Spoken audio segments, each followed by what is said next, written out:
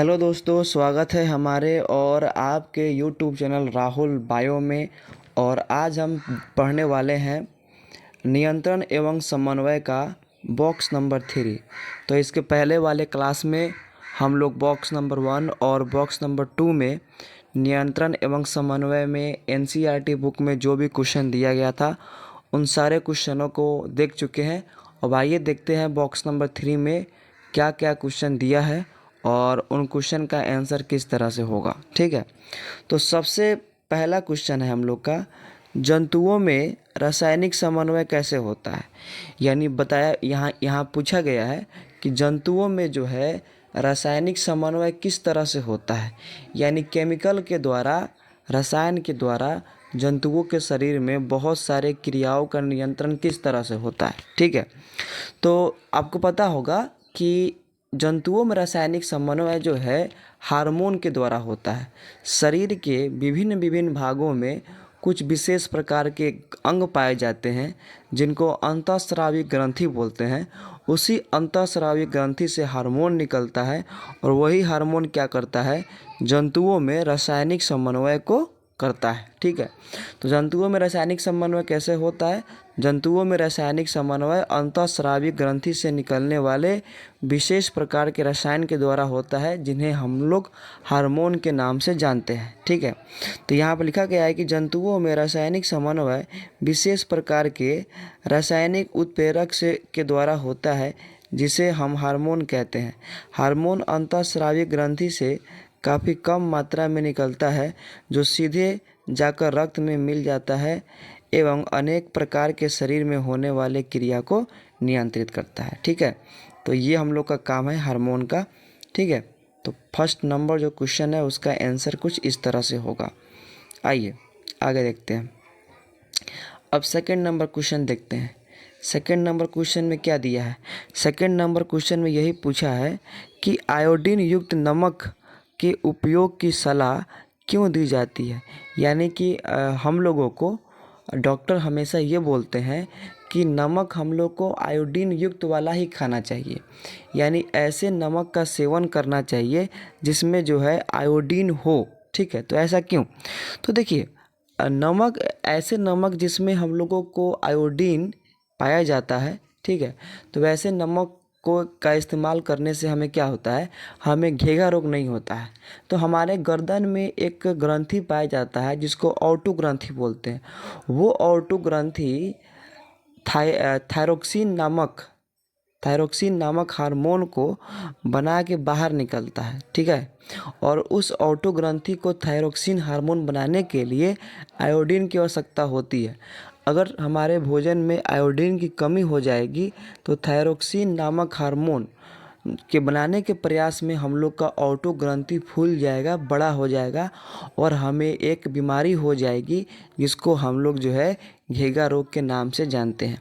तो घेघा रोग से बचने के लिए हम लोग को जो है क्या करना चाहिए, आयोडीन युक्त जो नमक है उसका इस्तेमाल करना चाहिए। ठीक है, तो यहाँ पे देखिए आंसर लिखा गया है कि ऑर्टो ग्रंथि थायरोक्सिन हार्मोन को बनाता है जो हमारे शरीर में प्रोटीन एवं वसा एवं कार्बोहाइड्रेट का उपापचय को नियंत्रित करता है। ऑर्टो ग्रंथि को थायरोक्सिन हार्मोन बनाने के लिए आयोडीन की आवश्यकता होती है। यदि हमारे शरीर में आयोडीन की कमी हो जाएगी तो ऑर्टो ग्रंथि थायरोक्सिन हार्मोन को बनाने के प्रयास में फूल कर बड़ा हो जाएगा और घेघा रोग उत्पन्न हो जाएगा। इसीलिए डॉक्टर आयोडीन युक्त नमक की सलाह देते हैं। ठीक है, तो यहाँ पे यही बताया गया है कि हमको भोजन में आयोडीन की आवश्यकता क्यों है, क्योंकि हमारे ऑर्टो ग्रंथि को थायरोक्सिन हार्मोन बनाने के लिए आयोडीन की आवश्यकता होती है। यदि आयोडीन का कमी हो जाएगा तो हम लोग का ऑर्टो ग्रंथि थायरोक्सिन हार्मोन बनाने के प्रयास में क्या होगा, उसका आकार बढ़ जाएगा, फूल जाएगा और हमें ग्वाइटर, जिसको हम लोग घेघा रोग बोलते हैं, वो हमें हो जाएगा। ठीक है, चलिए आइए देखते हैं 3 नंबर क्वेश्चन में क्या दिया है। 3 नंबर क्वेश्चन में दिया है, जब एड्रीनलिन रुधिर में स्रावित होता है तो हमारे शरीर में क्या अनुक्रिया होता है। यानी बोला गया है जब एड्रीनलिन हार्मोन हमारे जो रक्त में स्रावित होता है तो हमारे शरीर में क्या क्या जो है परिवर्तन देखने को मिलता है। तो ये जो एड्रेनलिन है यह एक प्रकार का हार्मोन है जो हम लोग का अधिवृक्क से निकलता है। ये हार्मोन कब निकलता है? ये हार्मोन निकलता है आपातकालीन के समय में, इमरजेंसी के समय में, ठीक है। तो इस हार्मोन के निकलते ही हृदय का धड़कने का दर जो है बढ़ जाता है, जिस कारण से हमारे रक्त वाहिकाओं में काफ़ी तेज़ी से रक्त दौड़ता है और इस कारण से अधिक मात्राओं में हमारे कोशिकाओं को ऑक्सीजन एवं ग्लूकोज की प्राप्ति होती है। जब हमारे कोशिकाओं को अधिक से अधिक मात्रा में ऑक्सीजन और ग्लूकोज की प्राप्ति होगी तो हम लोग का कोशिका काफ़ी बेहतरीन तरीक़ा से, काफ़ी अच्छे तरह से श्वसन का क्रिया कर पाएगा, जिस कारण से अधिक मात्रा में ऊर्जा उत्पन्न होगा और हम उस आपातकालीन परिस्थिति से हम लोग लड़ पाएंगे, वहाँ से भाग पाएंगे, ठीक है। तो आइए देखते हैं इसका आंसर किस तरह से लिखेंगे हम लोग। तो लिखा गया है, जब एड्रेनलिन एक विशेष प्रकार का हार्मोन है जो अधिवृक्क ग्रंथि द्वारा स्रावित किया जाता है। जब हम आपातकालीन परिस्थिति में होते हैं तब अधिवृक्क ग्रंथि से एड्रेनलिन हार्मोन निकलता है जो सीधे रक्त में मिलकर श्वसन के दर, उसके बाद में हृदय का धड़कन एवं रक्त प्रवाह को बढ़ा देता है, जिस कारण से हमारे पेशियों को अधिक से अधिक मात्रा में ग्लूकोज एवं ऑक्सीजन प्राप्त होता है, जिस कारण से श्वसन की क्रिया काफ़ी अधिक मात्रा में हो पाता है एवं अधिक से अधिक मात्रा में ऊर्जा उत्पन्न हो पाता है और हम उस ऊर्जा का इस्तेमाल उस आपातकालीन परिस्थिति से निपटने के लिए करते हैं, ठीक है। तो यहाँ पे इसका बढ़िया सा आंसर यहाँ पे लिख दिए हैं। तो यहाँ इसी तरह से जो है इसका आंसर जो है बढ़िया आपको लिख लेना है। आपको इसका आंसर भी हम समझा दिए हैं कैसे कैसे इसका आंसर होगा। चलिए आइए अब आगे देखते हैं लास्ट क्वेश्चन नंबर 4।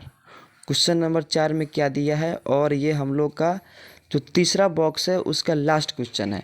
दिया गया है कि मधुमेह के कुछ रोगियों की चिकित्सा इंसुलिन के इंजेक्शन के द्वारा की जाती है। यहाँ पे पूछा गया है क्यों।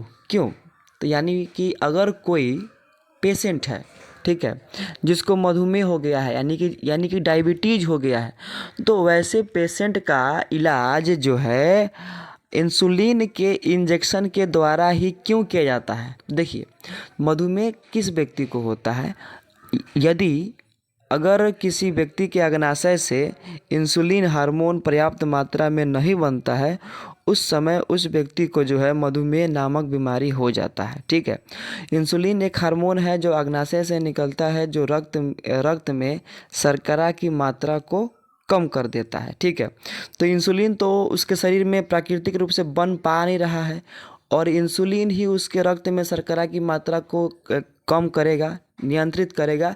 इसीलिए अलग से इंजेक्शन के रूप में क्या करते हैं, इंसुलिन को उस व्यक्ति को देते हैं जिसको मधुमेह हुआ है, ठीक है। तो आइए देखते हैं यहाँ पर लिखा गया है कि मधुमेह के रोगियों में अग्नाशय ग्रंथि से पर्याप्त मात्रा में इंसुलिन नामक हार्मोन का उत्पादन नहीं होता, जिस कारण से मधुमेह के रोगियों में रक्त में शर्करा का मात्रा बढ़ जाता है, ठीक है। जिस कारण से शरीर में अनेक समस्या उत्पन्न होने लगता है। इसीलिए डॉक्टर जो है कुछ मधुमेह के रोगियों को इंसुलिन का इंजेक्शन देकर उनके रक्त में शर्करा की मात्रा को नियंत्रित करता है, ठीक है। तो यहाँ पे इसका आंसर होगा।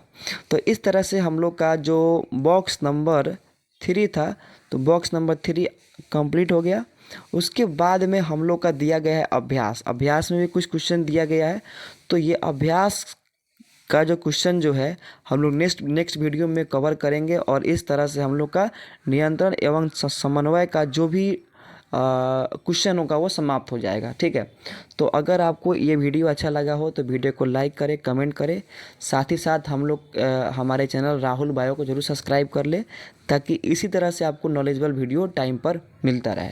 तो मिलते हैं एक नए वीडियो में एक नए टॉपिक के साथ। तब तक के लिए जय हिंद, जय भारत।